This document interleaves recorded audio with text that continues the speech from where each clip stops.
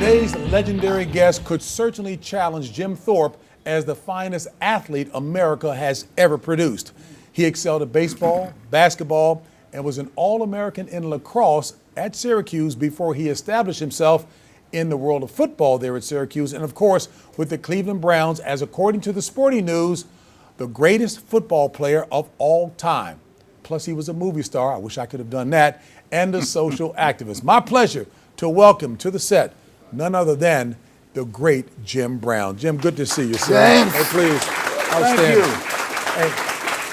That's a very flattering interview. I appreciate it, though. Oh, hey, it's all true. Might be a little exaggerated, but... You know, what would I have exaggerated on in that? Well, nothing. You know, thank you. Hey, I can go to any barbershop in the hood or in the suburb, and folks still agree with what I just said about that, Jim. You were that remarkable an athlete all around. But lacrosse, I mean, when did you get turned on to lacrosse? Junior high school. Flandon Road School in Manhasset, Long Island. It was very popular. I'd never played it before. I took up a stick, practiced in my backyard, and went on to become an All-American at Syracuse. I love the history of it, and I love the way that you could hit someone with a stick. you can outrun them. Right. You can dodge them. You can go lefty-righty. You can shoot underhand, overhand. And it didn't matter what your size was. You had to be quick and fast. We talked about the sports that you were superb at. And maybe an obvious question, but people would think it's football, but was football your favorite sport? I basically played the sport that was in vogue during a particular season. But sometimes two sports are in one season. I played a lacrosse game, and then I went and played a football game the same day. In the same day? Same day. Jim, that's flat out remarkable. I couldn't play them in the same week, and you talk about playing in the same day.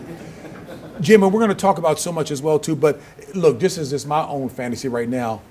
What was it like in the movies, starring alongside of the likes of Raquel Welch? And I hope Monique doesn't mind me asking these questions. I'm respectful to the wife, but tell us a little bit about that. Well, you know, at the time, there was a racial thing about who could play against who, if you could talk to a Caucasian lady. In the movies, as a love interest. Yes. And it was a matter of the producers deciding that they would pull Miss Raquel Welch aside, let her read the script, and see if it would bother her to play opposite me. And she said, hell no. Raquel is bad. And so we got together and had a ball. She was a great lady, and she did break that taboo with us because we were the first interracial couple of a major production in Hollywood. Did you ever think that acting was going to be in the career? Well, I didn't think in the beginning, but I got offered a part while I was still playing football, Rio Conchos. And I had a great friend by the name of Phil Gersh. He was a great agent. And he said, look, take the part, you know, let me represent you. And when you retire, I'll have a couple of movies waiting on you. So Phil took over my career. I did the Rio Conchos, got decent reviews. And then the next show was The Dirty Dozen with a great cast led by the great Lee Marvin. And I was like the junior guy, just coming out of football. And they took me under their wings and helped me tremendously and allowed me to adjust so I became a decent actor. Jim, but you talked about when you retired, and again, that was after only 9 years. And I know it's been talked about so often, but why 9 years? I heard you give an answer that was awesome. Why just 9 years when you were tearing it up? I studied a lot of people that came along before me, and a lot of them that were really great played too long. They overstayed their welcome, and their legacy was tarnished.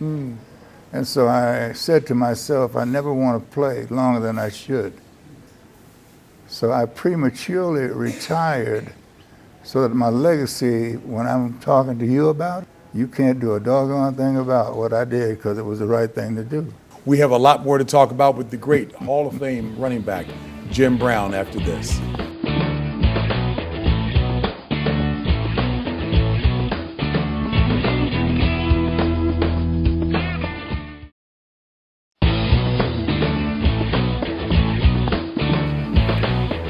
I'm here with Hall of Fame running back, the football legend himself, Jim Brown, who was the NFL rushing champion. Check this out, folks, in 8 of his 9 seasons, and retired. As we just talked about, the league's career rushing leader, All-Pro tackle Alex Karras, had this to say about Jim Brown. He said the only way to stop him was to give each guy on the line an axe. Not a real pretty thought, but Jim, that was how tough you were out there. How challenging, how tough was the game, if that's the case, versus today? When I played against Hall of Famers, guys that I see today, I don't care what age they played in. I don't care what era they played in. They had greatness. But their greatness was always different. It was never two guys that had the same kind of greatness. So you really couldn't measure it. But when you deal with what the Hall of Fame represents, you don't want to measure it because you're all Hall of Famers. So when we went to Israel not too long ago, there were 18 Hall of Famers with me. And it was unbelievable because the humbleness of being in that land was so prevalent among our players. And the love that we shared with each other and the respect that we shared with each other could only come if you were Hall of Fame. I mean, other people can have the respect, but to go through the wars of being a great football player, it's a little different because it's highly physical. And then when you come out of it, you've had all you can take because there's always somebody ready to go around with you, regardless of how long you stay there. There are no shrinking flowers there. Every one of those guys have a toughness. So, you know, I don't like to compare. I like to give credit for those who, like Eric Dickerson. Why would I compare myself to that guy? He's beautiful. He's got a long stride. He can cut. You know, he can jump. And he's a great guy. So I'm going to give Eric all the credit in the world. But it has nothing to do with me demeaning myself because I think I had a good career also. You mentioned Israel. You and your wife, Monique, traveled with, as you mentioned, 18 other Hall of Famers over to Israel.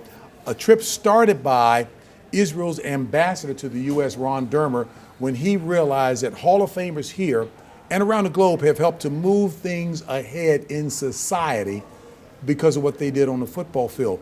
But spiritually, what was that experience like for you, Monique, and the other Hall of Famers going to Israel? My first trip, I went twice, but my first trip was the greatest trip I'd ever had. It was very mind-boggling for me. Then when I went back with this group of Hall of Famers, and I was like the old guy. I always said football was like war. But I went to a country that had 5 other countries around it that did not mind wiping it out.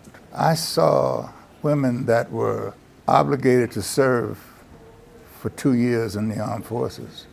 Young I ladies. saw men, that's right, I saw men that was obligated to serve 3 years. That meant everybody was a soldier. And everybody was a soldier with a resolve that was unbelievable. Now, I'm coming away from football players, Hall of Famers, I'm with Hall of Famers, and these guys are tough. And these guys have a resolve. But the resolve of that Israeli, something I had never seen before. And I could only admire it because when I look at my culture in America, I'm an African American in America, but I'm an American first. Rather than African American, we've struggled to deal with equality, but we haven't applied ourselves the way we should have. I think our leadership looked at integration as an answer when it really was self-determination, in my opinion, okay? So here I am looking at that Israeli and seeing all of the things that I wish that our African-American brothers in this country had applied to our community. You've always used your platform to shine a spotlight on those who need it the most. That's always been a part of you. Like to hear more about that, Okay. and we will when we come back with more with Jim Brown.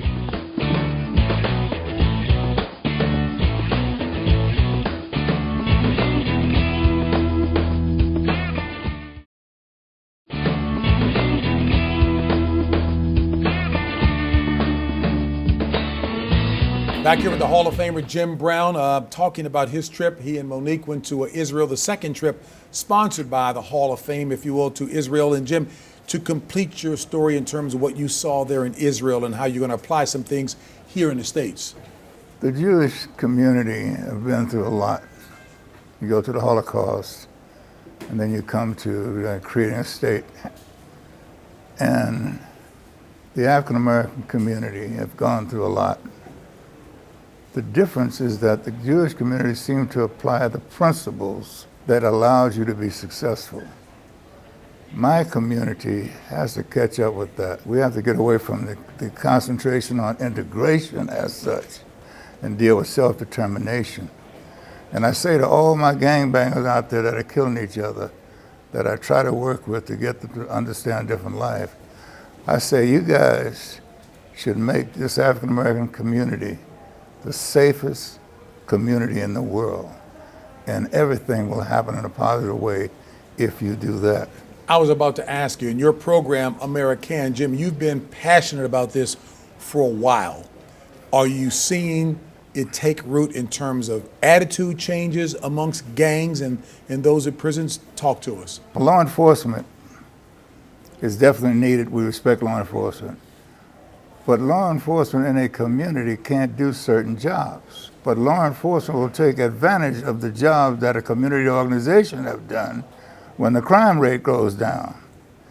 And it's a little unfair because the resources that you have to get to apply to the efforts that you make are not going where they should go, in my opinion. Because if law enforcement gets all the resources, but they are limited because they are law enforcement, if you're a social activist, you're not limited. You work within the law, but you can do things to ingratiate yourself with the community and work with the direct problems of the community, not just enforce the law. You and Monique have a 10-part documentary that Showtime is going to be showing. Talk to us a bit more about that and what was the genesis of that. Well, you know, the Zemlis brothers, very talented writers, producers, have basically come together with Showtime. And we're going to have, I think, a 6-part series on the Muhammad Ali Summit. The summit was created back in about '66 when the top black athletes came together at my request, and I say that with humbleness, to support Muhammad Ali if his reason for not going into the service was genuine, if he was a legitimate, conscientious objector. And we came together in Cleveland. About 12 of us met. Carl Stokes, who was former mayor of Cleveland, was there, and we grilled him for about 5 hours. And he came out like a shining star. He was totally convincing. It was real. It was not a hoax to get out of the Army, and we backed him. And eventually, I think the Supreme Court reversed his situation, and he became a free man. Your group went through a 5-hour discussion to find out if he was legitimate, and he was about 25 years of age at that point in time. Yeah. What convinced you that he was real, Jim? Well, I'll tell you, I was convinced the night before because he stayed at my house, and we had the conversation, but I didn't let everybody else in on it. You wanted them to make their own minds up? Yeah, I wanted them to make their own minds up. I wanted them to ask the questions they wanted to ask, and I wanted it to be a full-blown discussion. And Muhammad Ali was a special human being. And when we were at the house, he really had a lot of concern about the condition of black people in this country. And his logic was, as a Muslim minister, he could do something about it here. I like to find out with the fact that the athletes are being more socially active now and talking more about it, is that the direction you want to see them going or not? We'll get those answers from Jim Brown when we return.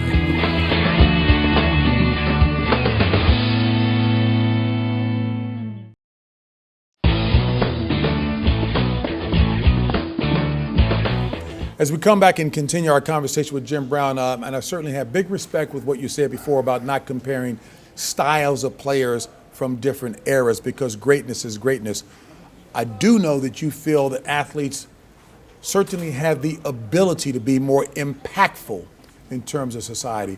The fact that athletes are speaking out now more, being more socially involved, a good thing? How can it get better? Well, let me say to you, the athletes today have benefited from the athletes of yesteryear. The business has grown. The franchises are worth billions now, okay? The money that the athletes receive today is ugly.